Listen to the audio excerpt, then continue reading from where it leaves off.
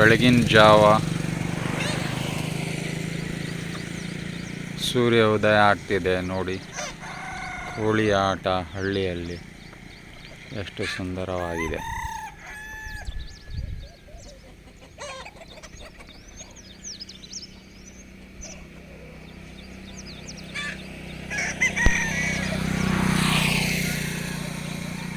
ಮುಂಜಾನೆ ಎಲ್ಲ ಕೋಳಿಗಳು ಹೊರಗೆ ಬಂದು ಗಲಾಟೆ ಮಾಡ್ತಿದ್ದೇವೆ ನೋಡಿ, ಎಷ್ಟು ಸುಂದರವಾಗಿದೆ.